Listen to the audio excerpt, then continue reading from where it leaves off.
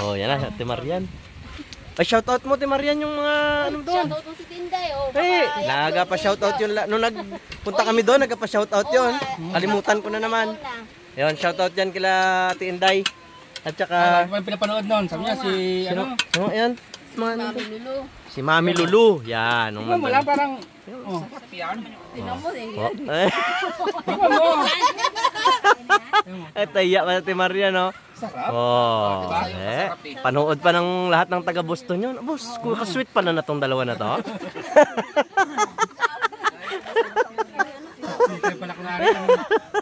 Oh, si nanay doon, tahimik-tahimik lang yan. Pero pa isang baso na yan. Oh. May hawak pang pulutan na. Amo, kunwari lang pala si Bibi, nainggit din pala kay nanay. Lupit ay. Lakas pa mag-inom tong mga to sa mga lalaki eh. Lalo na to si ate na to, ganyan-ganyan lang yan. Pero paglaba pa yan. Gamaoy pa rin yan pag ginasundo na lang ni Kuya Diyos sa inuman yan eh. Nakalaba pa. Paglabas ko kayo kagabi, sabi ko wala yung mga bata sa kubo ah. Oo. Pinauwi pala. Oo. Tumaoy na naman ha. Sige te. Dapat ko na lang pinaalala. Oh, yan na, yan na. Mauwihan tuloy ka. Yung mga bata na yan, kagulo-gulo. Yan. Kaya pala hindi masarap yung niluto mo sa inis siguro.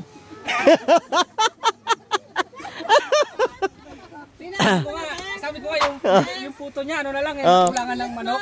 Kaluya, puta ka. Lugaw na eh. Puto pala yun te? Kala ko lugaw na natuyuan. Hinahanap yung manok eh, sa kaluya. Kaya kapag kinain mo, huwag ka lang madulas. Kala ko nagtigas na gawgaw eh. Ha, next. Inintay-intay pa naman namin ang puto na yon. Ay. Wala eh. Tawag siya ng rescue eh. Pakis mo na ako. Kiss mo na si Papa. Kiss mo na ako, hindi suplada. Happy baby. Uy, ano si Tito? Happy baby. Hi ikaw, oh, hi. Hi ikaw dito. Sa vlog ni Daddy, oh, hi ikaw. Hi. Hi. Hi. Kiss mo muna si Daddy. Kiss mo muna daw si Daddy. Eh, wala na. Libang na sa buhangin. Hali na. Huy. Huy. Kiss mo na ako. Kiss mo na ako. Abo! Sarap. Oh, picture. Padala natin kay Abet. Wala na.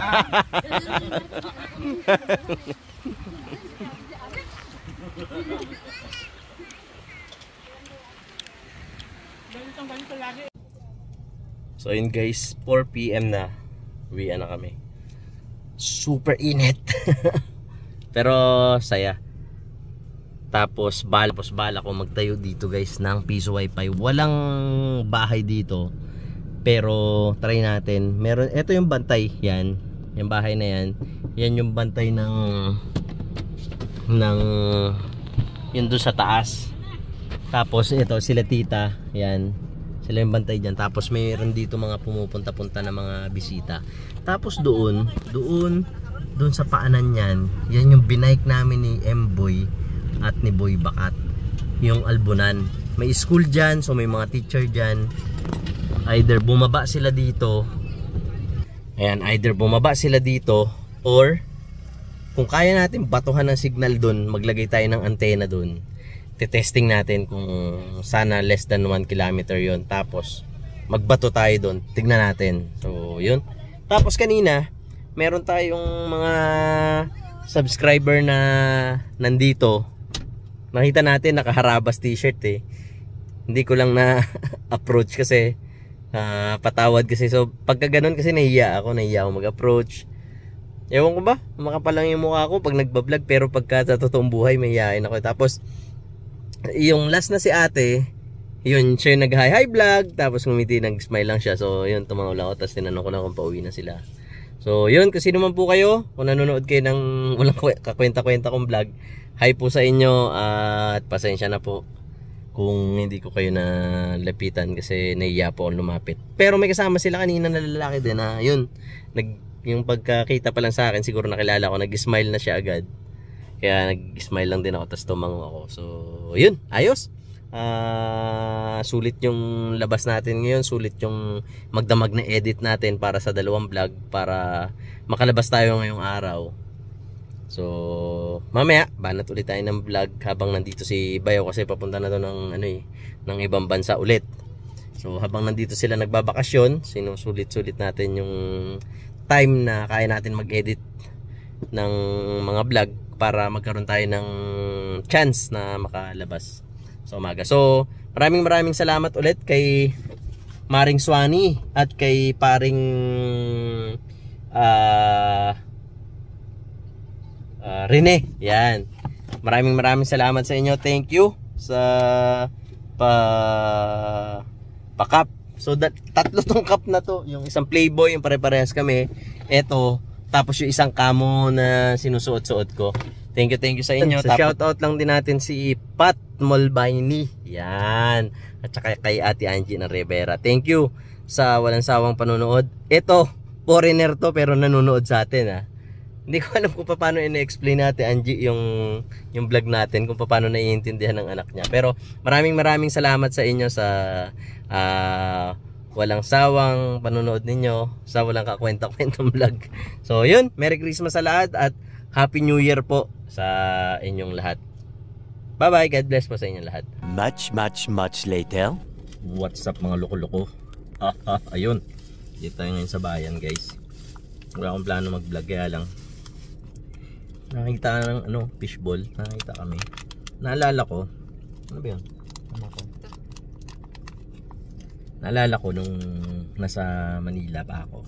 Yan. Yung calamares nun, 3 pesos lang isa. Ba, siguro nagmahal yung formalin kaya naging 5 piso na isa. Kasi 5 piso na isa eh. Tapos per tuhog na 15 pesos na siya.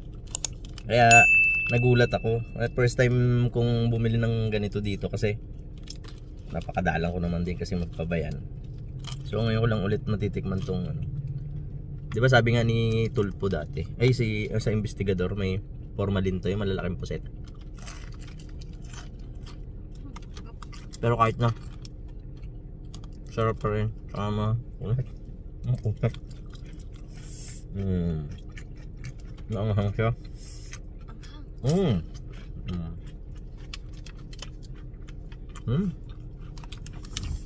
Tapos yung fishball nila homemade. Natin na namin bumili. Gusto naman siya, masarap. Maanghang ang sarsa. Tumigil ako kumain ng calamares. Kala ko ba ayaw mo magsali sa vlog? Ang gulo-gulo mo.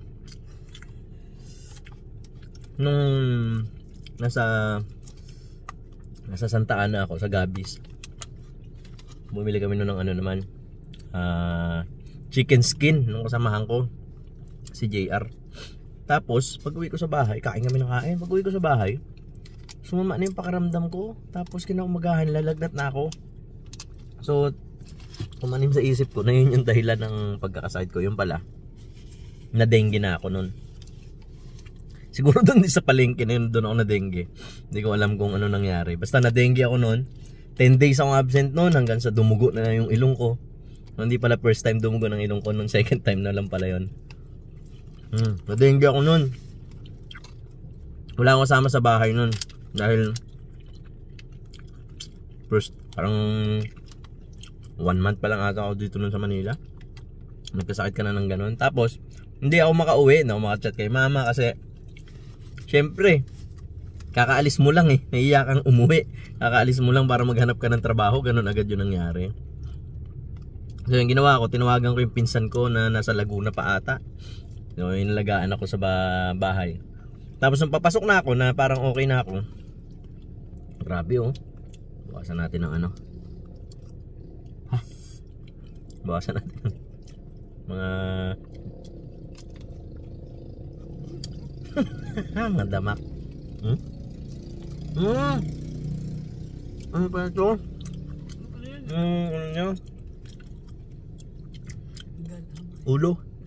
Ano naman niya? Ano ba ang kwento ko?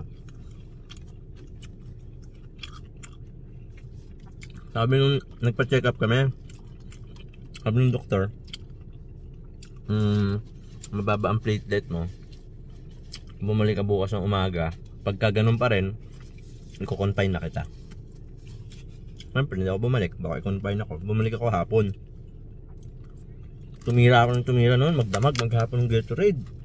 Nung tinira ko ng tinirang Gatorade noon, tubig, Gatorade. Nung nahapunan, nag-test ulit. So yun, medyo tumaas yung platelet count ko. Sabi ng doktor, di ba kaninang umaga kita pinapabalik? Kanina pa kita hinintay? Patawa-tawa ka pa dyan. Akala mo hindi nakakamatay yung sakit mo. Tapos nung nakita niya yung result, nagulat pa siya. Tapos noon, pagaling pa ako sa bahay.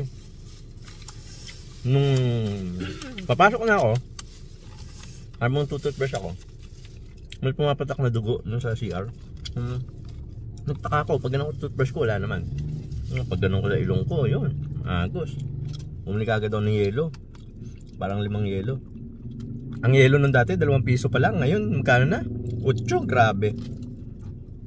So, sa bagay, anong panahon pa naman yun? Bata pa si Rizal nun eh. May banasag yung yelo, tapos nilagay ko doon sa pampaligo ko. Yun yung pinaligo ko. Tapos nung umampat na, pumasok na ako sa trabaho. So yun, daming kwentong. Pag mag-isa ka sa bahay, malayo ka sa pamilya mo. Matagal na yun, binata pa ako nun eh. Malayo ka sa pamilya mo, papagalingin mo yung sarili mo talaga. Kasi wala kang aasahan eh.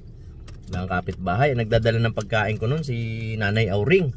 Si Nanay Auring yun, shout out kay Nanay Auring. Sana buhay ka pa. Sana mahaba pa yung buhay mo pala. Pero matanda na siya noon. Ilang years na, 18, 19 years na akong nagtatrabaho. So 19 years na kami magkakilala noon. Ilang taon na. Nanay Auring noon, parang mga 60 plus na ata nung time na yun. Mahaba pa ang buhay na yun. Shout out sa'yo, nanay. Doon din tumira sila Editol. Tapos si Mrs. Arabas. Sila Nanay Auring. Diyan sa ano address ba nun? 914 gilid ng Pure Gold Calentong. Diyan sa may Gabis, bago magtulay. New Panaderos Street. 914 ba yun? 3914 New Panaderos Street. Tabing ilog. Sarap dyan. Bango. Bango doon. Tapos may tawiran doon eh. Papuntang Santa Mesa. Masaya kami doon pag bagong ulan. Kasi ang bango ng ilog, walang basura. Yung mga tag-araw, grabe. Talo pa pagawaan ng tae. Ay, ng bagoong. Yun guys, naubos ko na. So yun, hindi masyadong masarap yung sarsa nila. Tapos doon sa binilang ng tinapay kanina, may babayan, may masarap, tigpunat ng donut. Pero yung feelings na masarap. Okay na. Hindi tayo mainom. Naalala ko lang, kaya bigla ako nagpa-vlog. Ayos, mamaya ulit. Punta tayong 7-Eleven. May 7-Eleven na kami dito. Di bibitaw sayong sayo, laging ikaw. Ako'y giniginaw, halika rito.